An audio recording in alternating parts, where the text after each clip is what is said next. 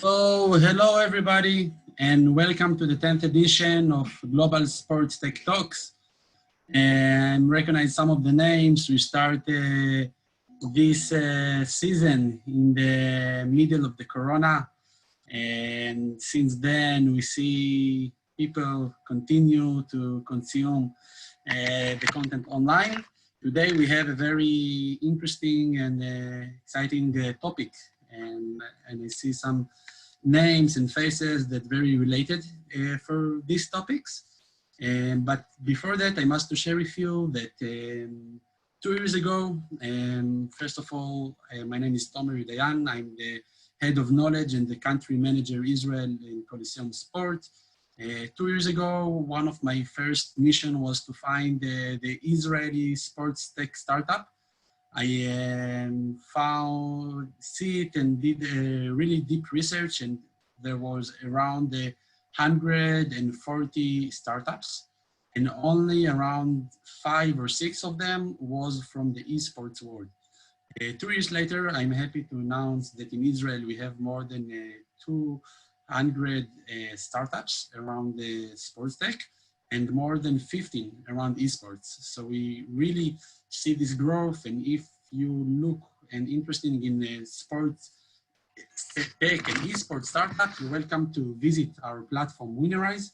You can find them more than 300 startups around the sport and the esports world. And today we have two special guests from Twitch and from the Israeli eSports Federation. But before we will start with them, we will do like as usual, a short intro around the eSports. So first of all, I would like to hear from your side if there is players around eSports in the crowd, someone who play, and if you can share in which game.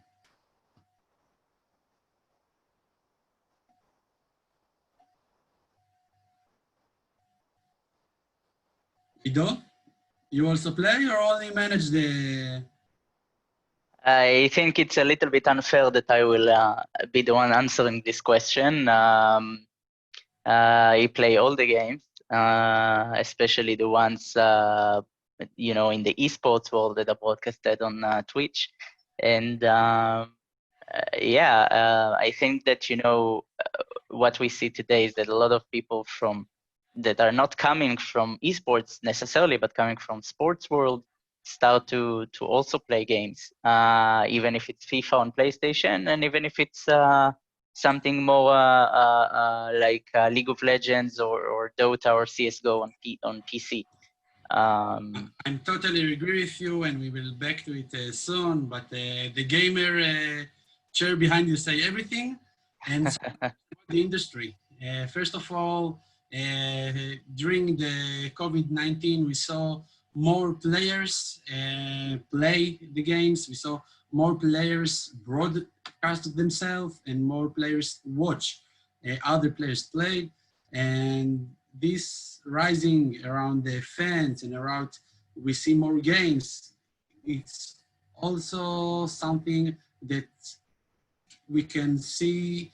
We are coming from the sports world, and the esports are kind of like, let's call it brothers. But again, the numbers in the esports, as you can see here, it's enormous. Like in the past years, we can see growth of almost 100% in April, with all the Twitch and the Facebook gaming and so on. And this increase of audience, it's not only that people see and watch more games. We can see this industry know how to take the attention of the fans, the loving of the game, and to transform it to money. So here you can see also the very interesting fact that it's look like the total revenue go faster than the total audience. So I'm sure this kind of things sometimes will reduce themselves, but because the esport go to more people, and it's really interesting to see how the companies, how the sponsors and all the stakeholder understand the market and understand to create the value. So as we said, we see the numbers around the gamers, around the revenues, and we see different games. Like if I see some like people are, the new children don't know what is Pac-Man or the things that you used to play. And the game now, most of them is in front of a screen, if it's through the computer or Xbox, but sure, we will see in the coming years like much games that you can put a mask or something. And let's be honest, it's really easy to cheat our mind. And when we can take our senses, the eyes and the hearing, we can create this new atmosphere. So it will be really interesting to see those new era of gaming and how they affect us. So soon Ido will share more about the industry, but we know we have like the platform, the brands, the teams, the players, and this ecosystem is really interesting because it's very similar for what we have like in the sports world, but it's also very different. Like if we take the NBA, for example, the basketball is not owned to anyone. The NBA is the association that put it together. And ESPN, for example, is the broadcaster. And one of the biggest power in the esports that one organization can be all of them. And I'm sure that we're going to talk about it later. And some of the big organization, and again, we're going to talk about it later, but I want to jump to our first speaker, the director of Twitch properties, Chad. Hi, how's it So, hello. How are you? going? Great. No, really happy to speak with you here today. Amazing. So I give you the option like to share the screen.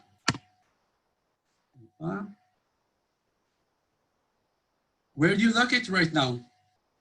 So I'm based in New York City, but I'm up in Maine right now. My girlfriend and I are staying here until we can get out of our studio apartment in New York. So it was a little too crammed, and so we're staying here until we can get out of that apartment. Yes, important to have the space in this time. Exactly. Okay, so we're happy to have you with us. And would you like to intro yourself? Yeah, so my name is Chad DeLuca. I'm director of Twitch properties over at Twitch. Our group focuses on long-term partnerships. So we have our own properties like Twitch Rivals and TwitchCon. We also help third-party properties like Team Liquid or Evil Geniuses or G2. We also help third-party events like a PAX or a Gamescom or a Comic-Con, something like that. It's been interesting this year with a lot of events going virtual or not happening. A lot of people have come to us and wanted to figure out what they can do to reach the audiences here and be able to bring things to Twitch. So while there's certainly esports that we've had a lot of gaming content that's come here. So whether it's you're talking about before, professional athletes, celebrities wanting to stream on Twitch, with Twitch Rivals, it's really been interesting because we've have the artistic freedom to where it is competitive gaming, but it's not necessarily esports, but it's entertainment-based gaming. So we've been able to have celebrities come on and professional athletes come on and play with us, obviously for prize pools. So we did that. We've been able to pivot on a lot of different things. We had an event called Stream8. Amazing. And excuse me to interrupt you, but one step before, I'm sure some are already in the industry, but could you tell us a little bit about your background and like how you landed in the esports world? Yeah, sure. So I had a traditional sports sponsorship background. I spent time with the Brooklyn Nets, the Yankees, IMG College, and I was working for an advertising agency, Publicis, and there was a lot of interesting questions about the gaming esports space. There were a lot of brands at the agency who were looking to be educated on things because they started to see more and more gaming content out there. They obviously saw the Drake and Ninja explosion that happened. And so there was a lot of interest on how do I reach this consumer? The mediums that I'm using right now aren't reaching them. You know, they're tech savvy. 75% of them have ad blockers. 40% of the users on Twitch don't even watch linear TV live. And so there were a lot of brands that were trying to understand how to reach these consumers. And so I started to, just understand the space better, get connected with the right people, educate myself, and then started to help guide these brands using the same strategy that they were using in traditional sports entertainment, but just a little different tactics based on, what resonates with an audience within the esports space. So worked on some different brands there. And then eventually, after a few years of working with Twitch on a lot of programs, I ended up going over to Twitch and working on the team here on our sponsorships team, which is now called Twitch Properties. So that's kind of the evolution of how I got to where I am. Amazing. And we see a lot of people do this shift from the traditional sports to the esports world and bring the values, but also edit. And what is your take on the esports growth over the last few years? Like, we saw the numbers. Why? Yeah, there's a lot of growth. I think that, again, gaming has become mainstream. I think that there was certainly a perception and a connotation with people who were gamers that they were this introverted person in the parents' basement eating Doritos and drinking energy drinks. And while certain people do drink energy drinks and eat Doritos and snacks, I think they're a lot more social and outgoing than maybe perceived before. And so I think when you start to have a lot of mainstream interest, you start to have more notable celebrities investing in esports and kind of elevating the product. People started to get introduced to the ecosystem. And so you started to have people play or, view Fortnite, which has a certain esports ecosystem with their tournaments. You started to have people come in to see League of Legends because there's, hundreds of millions of viewers of the content, especially around something like League of Legends Worlds. There's lots of prize money. So I think a lot of interest from mainstream media when you see somebody like a Booga who won $3 million in the Fortnite World Cup. There's just a lot of mainstream interest on, I had no idea these people were making this much money. What's going on here? Why is this such a big deal? You had the League of Legends Worlds with Riot having this big holographic celebration, with Louis Vuitton and, these musicians and actors who came together to do a big show. So it's really become a spectacle that kind of, outdoes some of traditional sports. And so I think with all of those factors, esports has really become something that's become more mainstream than niche. And I think people are starting to get introduced to it. They're excited about it. You have generations of people who, they maybe grew up playing games and now they have kids and, their kids and them are playing the same games. They're enjoying going to the events or watching them online together. So I think it's really, just a generational growth as well as just mainstream interest within the space. I'm totally agree. And when you said like a celebrity that have interest, we just saw like David Beckham acquire like an esports team, and it's kind of things that people that don't know it start to become more and more interesting. And how would you describe the main trends you have witnessed in the industry? Say that again, sorry? Like, what is the main trends that you see that going to shape the industry?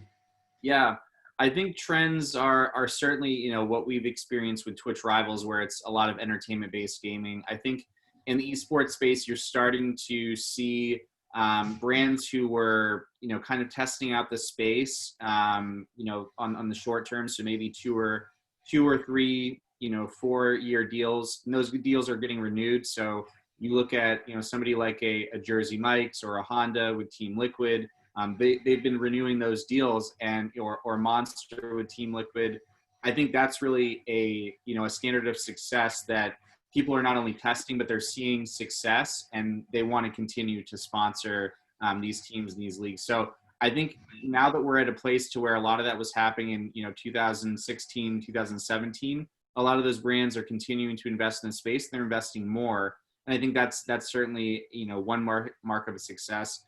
I think the other trends are new brands coming to the space. So if you look at Kaiser Permanente partnering with Cloud9, or you look at some blockchain technology groups that are partnering with esports teams. You're seeing a lot more people investing in this space and understanding that this is a great way to reach this consumer that they're trying to reach. We've had things not necessarily with esports, but Porsche did an example with us where they launched their Formula E car live on Twitch. I think brands are starting to see this ecosystem, both esports, gaming, and Twitch, as a place to where they can really be interactive with consumers instead of just passively watching on TV. Totally agree, and I think this is the main point, not just to see the brand on a far logo, but just to see something much more interactive. And if we talk about, again, the tech and the sponsorship, so where do you see the new technology companies provide value in sponsorship activation for esports? Yeah, I mean, we work with a number of different companies. Like MVP Index helps us with our our on-screen exposure values and being able to look at social exposure and social lift. We work with obviously the Nielsen's of the world to understand just the perception and brand lift. We have our own RPG studies that we tap into that use panels. So there's just a lot of technology that's going on right now that helps us justify the pricing that that we're putting forward right now. I think there was a lot of I would say almost guesswork at the beginning that people were trying to find ways to to generate revenue, and there wasn't a lot of science or data behind it. I came from an advertising agency where we were pretty savvy on figuring out what was the value, and so coming over to Twitch, whenever we're doing these sponsorship deals, we're really ingrained, we're having them ingrained in, backdoor technology, and evaluation that allows us to justify pricing, and also helps people understand they're getting more than the investment that they're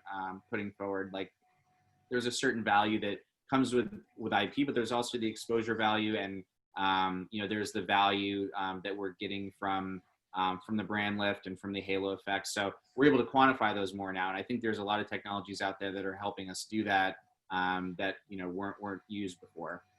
And it's super interesting. And I think it's also connecting for the dot that you say before, when it's become more mainstream and also big brands see other brand invest a lot of money. So it's become like the standard. And we talked a little bit about the COVID, and we have seen Twitch numbers going through the roof during the lockdown. How has this specific period impact your business? Yeah, I think it's interesting because I think with the quarantine, people were forced to stay inside, and so you were limited in what you were able to access. I think that the generation of Gen Z millennials, again, like I said, 40% of them aren't watching live linear programming. So I think they were looking for alternative modes of entertainment. And on Twitch, you had a lot of people who were also quarantined coming to our platform, whether it was musicians or actors or athletes, and they wanted to be able to stream. And I think there was just people that got looped into the ecosystem because somebody that they knew who was a prominent figure started streaming on Twitch. If it was a musician and they were streaming themselves on there, I think it's really interesting. Somebody like Joe Jonas started streaming. He's been streaming for a while, but he was featured in one of our Twitch Rivals events. And I think there was a lot of people that were like, oh wow, Joe Jonas is on Twitch. He's streaming, like, what's to this? And then as soon as they get on there, they start to see, oh wow, there's music content on here. There's gaming content on here. There's sports content on here. There's, cooking on here. And there's so many different, genres of entertainment on Twitch that I think it kind of it grabbed people's attention and kind of had them kind of hooked. And so even when a lot of the quarantines were lifted and people were able to leave their houses at some point, I think there were still people that found something that interested them on Twitch, and they continued to be a fan and a viewer of that. So it's really impacted our business because there's more viewers, there's more people who are streaming than ever. Our music business has exploded with the number of creators who have come to Twitch, and we're helping onboard them. And I think obviously when there's more people, that are on the platform with, we had in the US alone, 41 million monthly active users, is our average over the past 3 months. There's certainly an interest from brand advertisers who want to be able to reach those brands. So we have kind of three groups that we're talking to, ones that we've been talking to for years and they're continuing to invest and wanted to do more. They're brands that knew about Twitch and had put it on the sidelines for a little bit, but then as soon as the quarantine started, they wanted to find ways to work with us. And then there were brands that had never heard of us before, but obviously we were in a lot of the trades and they wanted to know more and be educated and figure out ways to be able to reach consumers and get their message to a lot of people that wasn't being reached via other mediums. Amazing. And I think, as you said, like people was locked down and want to share the life, similar for what happened in TikTok, when people exposed to new platform and then take the things from inside, like even later. And a lot of people like talking about the esports as the new billion-dollar industry. But can you tell us, please, what are the really the pillars of esports business model? Yeah, so I think it's no surprise that certainly media broadcast rights that they've increased in terms of the interest and the value. So that's certainly a pillar. I think their sponsorships are another one. So brands that are investing and wanting to be a part of it, and again we go back to justification through using technology to to help quantify the value. So I think sponsorship investments have gone up. And then I think that there's just a bigger ecosystem of ways that people are getting investments and people are, whether it's leagues that are charging rights fees or whether it's, teams that are building and growing their value more to where, a team might have had 3 teams before, now they have 10, or if a team had, or an organization had 10 teams, now they have 20. And so the value of what their franchise is worth is more because they're able to reach a totally different groups of people because of those games that they're in. So I'd say those are kind of the pillars. And I think that when you have these celebrity investors or, big name people that are coming in, I think you start to see more interest from, mainstream audiences and brands coming in to say, oh, well, Michael Jordan and Magic Johnson are investing in Team Liquid, or, Peter Guber and Ted Leonsis are, who are traditional sports owners, they're invested in Team Liquid. That's interesting. Or Drake is invested in, 100 Thieves, or just the list goes on with mainstream celebrities and big moguls who are investing in esports teams. The credibility just continues to be there and grows. And as a result of that, you have more brands, looking to invest with those organizations. So I think there's that. And then I think content creation is really big within the esports space. I think there's a lot of desire and need for it, and I think that's another way that organizations are monetizing is through a lot of that branded content. Amazing. And I heard one athlete that say, I play sport, I practice sports, let me watch esports, like to do this break. And when you talk a little bit about, again, the traditional sport and the esports, so can you tell me from the potential side, do you see more potential like for the esports because all the things that you just said? Yeah, I think that there's just a lot of entertainment value. I think the production quality is high, the distribution just around the world and how it's accessible and free. And then I think that just there's more and more education on a lot of these games. So League of Legends, if you just watch it, first, it's a little hard to follow, but obviously there's more education and you start to get the hang of it.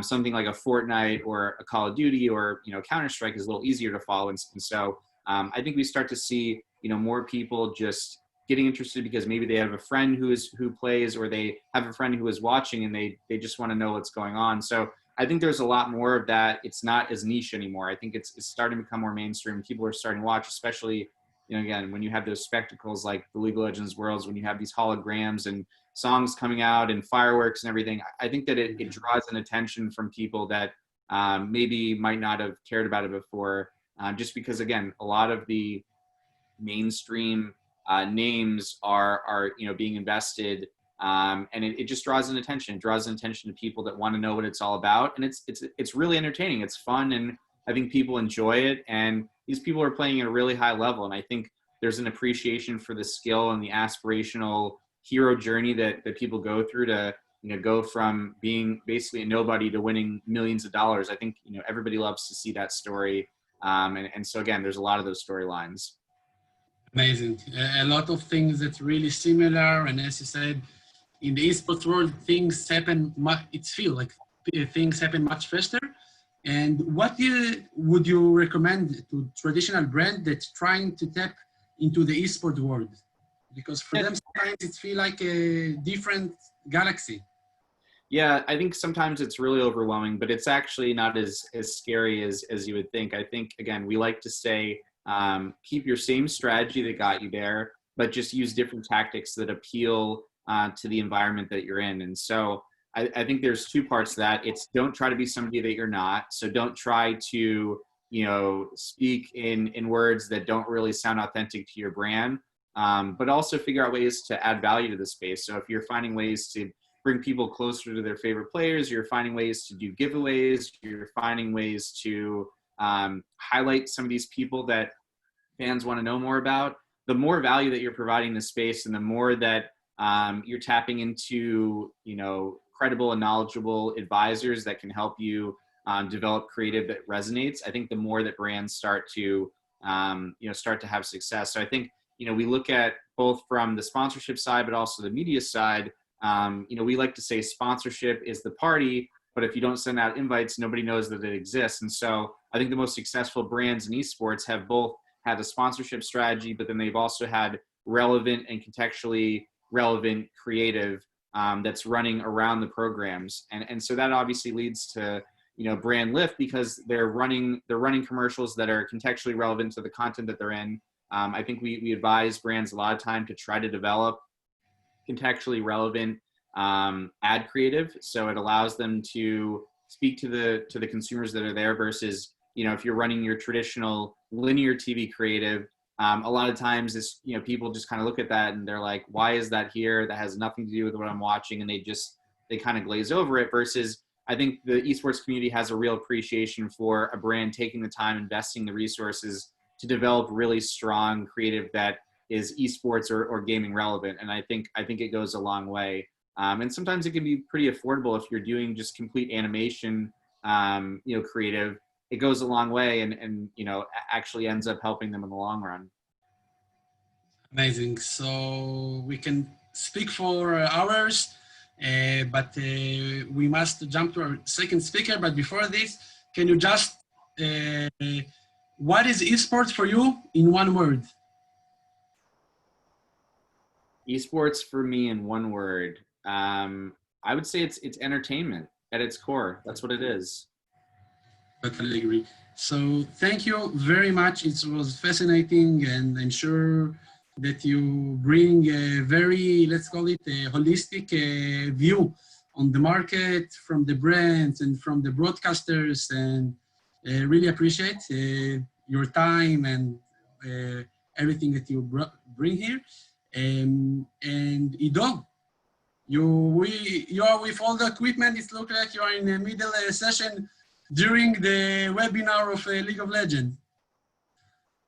And that wouldn't be surprising, right? That would be something that that would be fitting to this conversation. Exactly. So you can please share your screen and introduce yourself, your organization. Just a quick introduction before I jump forward to what I prepared. My name is Ido Brosh. I'm the president of the Israeli eSports Association. I'll give a little bit of introduction to the association a little bit later. I'm also a board member in the ISF, International Esports Federation, as well as in Esports Europe. And I'm involved with a lot of startups and organizations looking to get into esports. One of those projects is, of course, the ISF Esports World Championship that we're hosting in Israel later this year. I was going to give us a little introduction to the esports industry because I'm sure that at least some of the people here are not coming from this industry. However, Chad and Tomer, you did such a good job. I think we'll just jump forward to the next point. And that, you guys spoke a lot about the entertainment part, a lot about the streaming part. But actually, what we also need to remember is the streaming part in esports is, or the broadcast and the fun, let's say, revolves around a sport that has rules, that has players and referees and an entire sport industry around it, even though it is decentralized to a very great degree around at this time. And that brings me to a very interesting question that nobody asks actually in this industry and in this kind of conferences, which is how do you govern a sport that is so decentralized? How do you ensure players' rights are being kept and their interests are being upheld? And at the same time, how do you do it in a sport that is so diverse in terms of the stakeholders? You have players, you have clubs, you also have game publishers, which is something that doesn't exist in most sports. And these are all very interesting questions that the answers to these questions, in my view, would be the basis of esports moving forward to 2020 or 2030, let's say, in the next 10 years. And what we see right now, what we believe is that when you want to create a sport that is a very new sport, you need to find a balance between the modern ideas and the modern world and the modern way to do things with the traditional ways of how sports are being governed. And sports sometimes are being governed in a very corrupt way, as we know from big organizations, which I will try to stay politically correct and not name. But you all know, you can all think of a sport organization that is being corrupt and using their assets or the players to a certain advantage. And of course, we want to avoid that, but at the same time, we want to bring in the stability that those organizations provide to the sport that they govern. And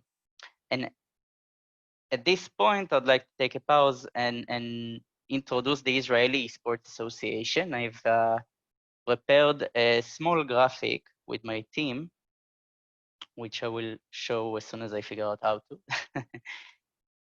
Here we go, I think. So basically what you can see here are the 5 pillars of what the Israeli Esports Association does. So the Israeli Esports Association is a non-profit organization established in 2010, dedicated to the promotion of esports in the state of Israel. Now that's a very big, let's say, word or meaning, and I want to break it down to what we actually do. What would be a role for a national federation of any country? I'm giving the example of Israel, which is where I'm from, to help with establishing a good base for esports to thrive as a sport. And that's first of all professional athletes and club registration. That means that athletes are being recognized for being professional athletes in esports in the same manner that professional tennis players or professional football player or even professional chess players are being accredited. That's super important to build structure and to also create a union of players. The second thing is the setting of a unified standard. So rule books, codes, ethics, and regulations are all part of creating a unified standard. And the goal here is to ensure that when players come to a tournament, no matter who is running this tournament, no matter what company is behind the tournament or the sponsors or anything, they know what to expect. They know the standard, the level, the minimum level of conduct to expect from the tournament organizer, from the officials of the tournament, and so on. And that part cannot exist without the third part, which is the professional human resources training. Because when you create a new sport, you also need to create professionals to officiate the sport. For example, referees. One of our activities now in the Israeli Sports Association is the new referee program that we are doing to certify referees and ensure that they are able to run games and to run esports tournaments. And then, I of course, remember our first conversation when you told me about the referee, and I am a basketball and a wheelchair basketball referee, and I was like, it's not everything automated. And then you told me all the things that you can change and so on, and it's really interesting. it's super important to have a fair play from a competitive point of view, but also from an ethical point of view. And you know that's the parts that we are dealing with, the parts that are sometimes considered boring, but are actually super important to establish a base to build on for the ecosystem and for the industry. And the other things that we do, of course, we manage the national championships here in Israel, and this is something that differs from country to country, where you have more sponsors, more corporations. Sometimes the national events are being held privately, sometimes the association does them. And the second thing, of course, is the national team to the ISF World Championship. ISF, for those of you who don't know, is an international federation that consists of a lot of national organizations all over the world. Right now, with 75 countries, and every year it does its own world championship for nations. So instead of having competitive teams or like professional teams participating in the event, the participants are actually national teams in a similar way to the Olympics. And this year we're going to do the ISF World Championship in Israel, in Eilat, and also next year in an online version, which only the finalists will travel when it's allowed and safe to do so. And overall, I think that this is kind of a really good introduction for you guys to how national associations work, what would be the role of a national sports association in the super modern, super new, super thriving esports ecosystem. Amazing, Guido, and I just want to, I see your sponsor on the shirt, Playtika, and only a few weeks ago they signed a contract with Maccabi Tel Aviv basketball, like one of the biggest club here. So we talked a little bit about sponsorship, and it's really interesting. Also the strategy of the organization, of how they divided between the e-sport and the traditional sport. Yeah, of course, and you know, Playtika is not an esports developer. They are a game publisher for social casino and other kinds of games, mainly for mobile. But what they see in Maccabi Tel Aviv, and what they also saw in the Israeli national team that they sponsored, that you saw in the pictures, is that they can actually create a lot of brand recognition for their own brand.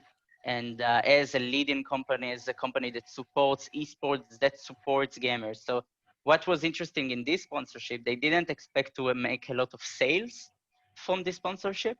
They just wanted to create more brand awareness to their brand, the positive awareness, and to engage with a young esports audience that they don't know yet what they are going to sell to them, but they want to engage with them, they want to study them and learn them, and this was a good opportunity for them to do so.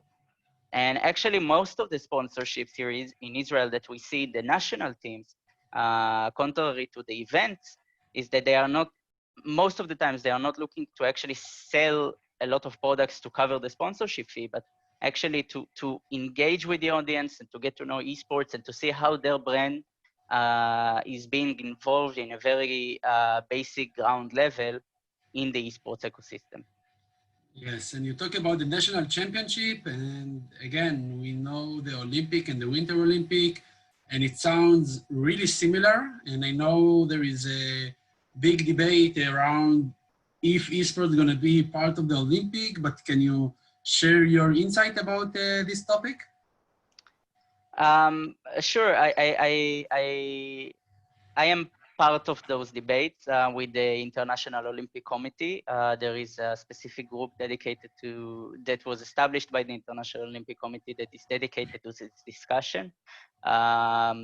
Those meetings are unfortunately confidential, so I cannot share much about what is being deliberated, but I can tell you that what we are publicly seeing all over the world is that there is a big interest, not just by the Olympics, but also by other sports organizations to enter into esports, not to create their own sport, but sometimes to even draw attention to their own sports via this platform as a marketing tool. And sometimes we also see huge international organizations. Just to give an example, Maccabi World Union is one of the largest sports organizations in the world. Maybe most of the people here won't know Maccabi because Maccabi is a Jewish organization dedicated to Jewish sports and sporting values. But Maccabi was one of the first big international sports organization to actually understand that esports is actually what I call the sport of the future, and they want to tap into that, not only to bring more attention, more people to the Maccabi games, the sport games, but also to include esports as part of the Maccabi games, to treat it as an equal sport. So right now it's a demonstration title in the next Maccabi games, and I'm sure that after that it's going to be an official sport there. And I think the Olympics and other sports organization would eventually move in a similar path, because what the discussion was with sports stakeholders was a lot sometimes about why esports is taking our players, and instead of going to play tennis or basketball or whatever, they sit at home and play video games. But now the discussion is, okay, we see that there is a new type of competition here. It doesn't necessarily compete with the traditional sport. It's something that is added to them, and we can support that, and we can be part of that, and we want to be part of that because the younger audiences are there, and we want to bring our values to those audiences. If you can beat them, join them. And we see a lot of major club in Europe also have this eSport department or eSports team. And you talked a little bit about the Israel, and it's really amazing to hear that we do things first. And again, in the sports world, we are not a sports nation. The sports here is not so good. All our activity in Coliseum, and again, the vision to connect the tech to the sports world, we see ourselves more as a sports tech nation. And my question to you, if in the past few years we're gonna call ourselves a eSports nation?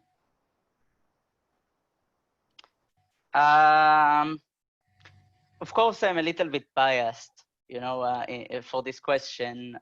You and I are both Israeli people, and we live in Israel, and we work to promote Israeli sport, in your case, in Israeli esports, in my case.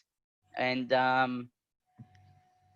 one of the biggest known or the most well-known things about Israel is that it's the startup nation, right? We are very big on high tech. We are very big on innovation.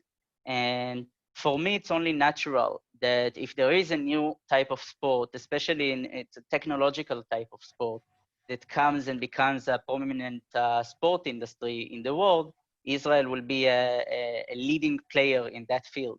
And I think that for us as the Israeli Sports Association, this was one of the main drives behind focusing on international effort and not only on building the ecosystem here in Israel, because we also wanted to promote Israel in the esports world and the esports world in Israel.